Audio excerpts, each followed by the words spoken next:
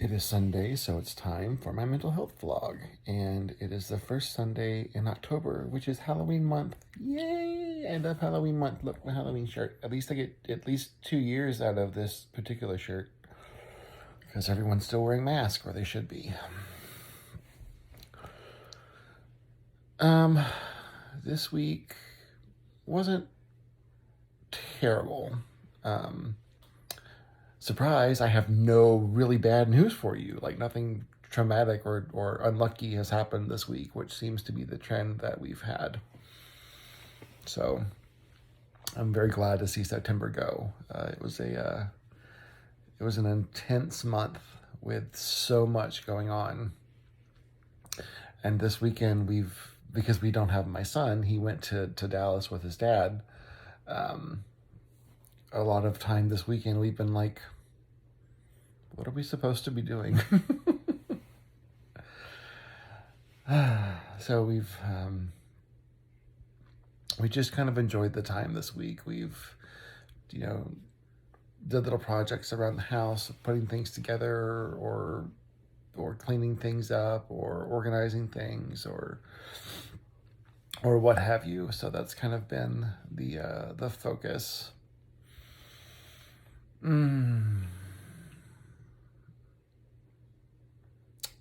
Had therapy this week, and mostly talked about feelings that I'm having with my boyfriend dealing with his temporary disability, and also with kind of reflection on the last 2 years of my life, which yesterday was the 2-year anniversary of my suicide attempt, and when my life completely exploded and changed forever. So I talked about that a lot with the therapist. It was a really good session with her. And there's a chance that I'm going to have to switch therapists after the first of the year, and that I hate that idea because it's hard to find someone that you feel truly comfortable with, that you can be 100% vulnerable with and open with, because if you're not being open and honest with your therapist, then you're not getting the most out of your therapy. And I think that's critical. So on the two topics, one of them was my boyfriend dealing with his temporary disability, and he and I had not really a fight, but we definitely had a come to Jesus meeting. And I know I made that reference last weekend because he had one with me regarding, my diabetes and my health, but I had one with him regarding how he was handling certain aspects of what's going on. And at first I felt like I had really overstepped or invented things in my head. But when he was telling his best friend about everything that I had said, his best friend was like, well, I'm glad he did because I was going to. So that made me feel pretty good. Like I was at least on the mark. And it was a hard conversation to have with my boyfriend, but he appears to have been very grateful that we had it. And I've already seen a substantial turnaround in his attitude and his mindset and his approach to dealing with anything that comes his way that may be hindered by his leg. So that's been very positive, and I've really enjoyed spending time with him now, whereas the past couple of weeks I have not always enjoyed being with him.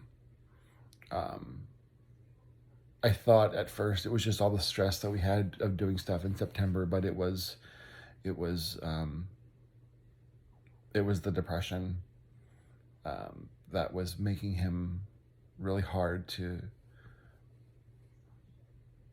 to be around to a point. And but every now and then you have to say really hard things to people you love. And he had to do it to me a couple weeks ago.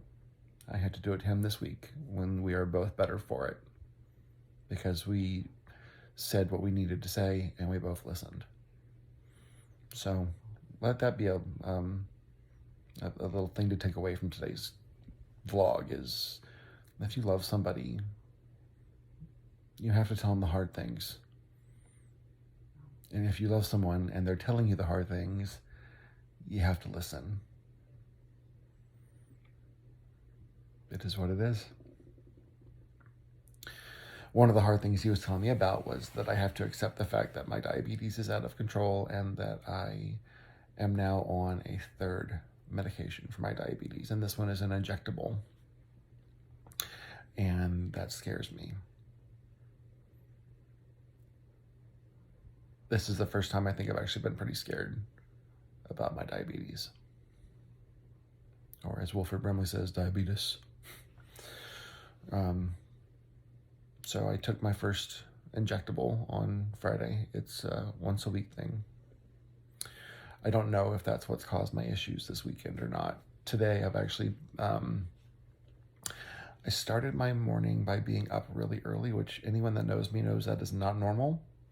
I really couldn't sleep. I wasn't feeling really well. I got up to go to the bathroom thinking that it was my stomach, thinking that it was related to those antibiotics that I finally finished this week from my toe.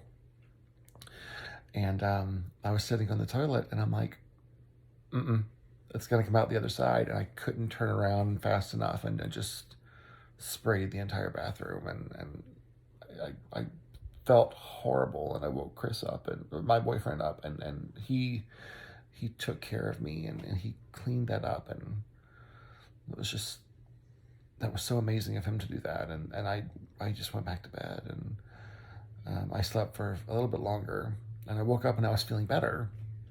And we had stuff we wanted to get done today. So I got up and I started getting dressed, and I started moving around a little bit. And the more I moved around, the worse I felt. And I got like really sweaty, and I don't have a fever. It's definitely not, it's not related to COVID. None of the symptoms I have are COVID symptoms. But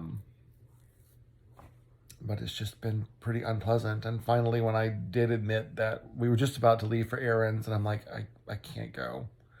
So I finally admitted to myself that I was sick, and then I've been on the couch. I've been on the couch since then. He made me some rice, because rice, it's something my stomach can handle. He seasoned it, so it wasn't just, rice.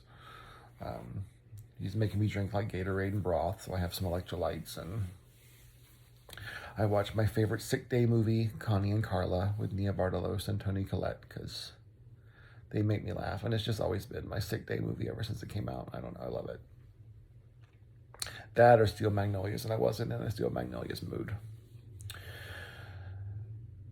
So my boyfriend's taking care of me today, and I'm useless. I hate being useless. I hate being sick. I don't get sick that often, but God, when I do, I just feel useless. The other thing that happened this week, which I talked a little bit about last week, is yesterday was the anniversary. And I slept a lot yesterday morning. I guess I just needed the rest, or my body's adjusting to this new medication. This whole weekend has been a little bit of a waste for me. But I acknowledged it when I woke up, and just kind of said, okay, today's that day. Let's just move on. And I was fine. There was one point in the day, we were at dinner of all places, and I just got this wave of emotion on the things in my life that had changed. Some for the better, but my relationship with my son, how it would never be the same. And I've done a lot of things to be proud of in the last 2 years, and a lot of things I'm not proud of the 40 years before that. But I was given a second chance with my suicide attempt, where a lot of people don't or won't get that chance. And I do try to think that I'm making the best of my second chance when I can. And I do try really hard to make sure I have a great relationship with my son. He called me today out of the blue. That was a really nice surprise. I was feeling pretty crappy, and when he called, that definitely made me feel better. He went to Dallas with his dad this weekend to see a Kiss concert because he likes Kiss. I'm not thrilled with all of his taste in music because I know where a lot of it came from, but what you gonna do? He likes Kiss. I'm glad he got a chance to go to a concert, and they took a lot of safety precautions with the trip as well. But I'm glad he got to go and have a good time. I still have a good relationship with my son. It will never be the same way it was, but I can't change that. All I can do is focus on making sure he knows he's loved and supported, and that he can come talk to me about anything, and that I will always be here for him, and I will always answer the phone when he calls. I actually called during a meeting at work one day, and I had to put my work meeting on hold. I'm like, my son's calling, please hold on a minute. Because I told my son I'd always answer his phone when he calls.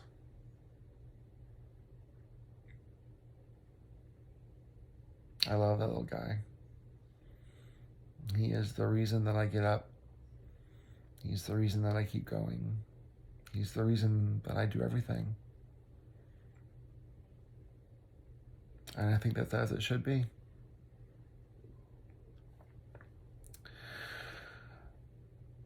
All right, guys.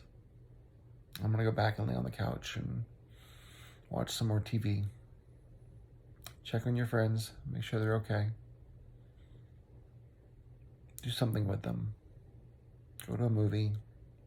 Go out for drinks. Sing some karaoke. Oh, we did karaoke on Friday night since I didn't have my son.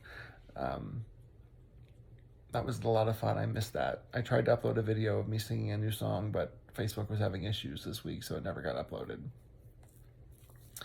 It was Bring On the Men from Jekyll and Hyde, and I had never done that before, but I had a lot of fun performing it. My boyfriend said, how come you never act like that or move like that at home? And I'm like, oh, honey, it's a stage. I'm performing. It's an act. Anyway, check on your loved ones. Make sure they're doing okay. And check on yourself. Do an inventory. How you feeling? How you doing? Don't be afraid to acknowledge that you don't feel well. That was the hardest part of me being sick, was admitting that I'm sick.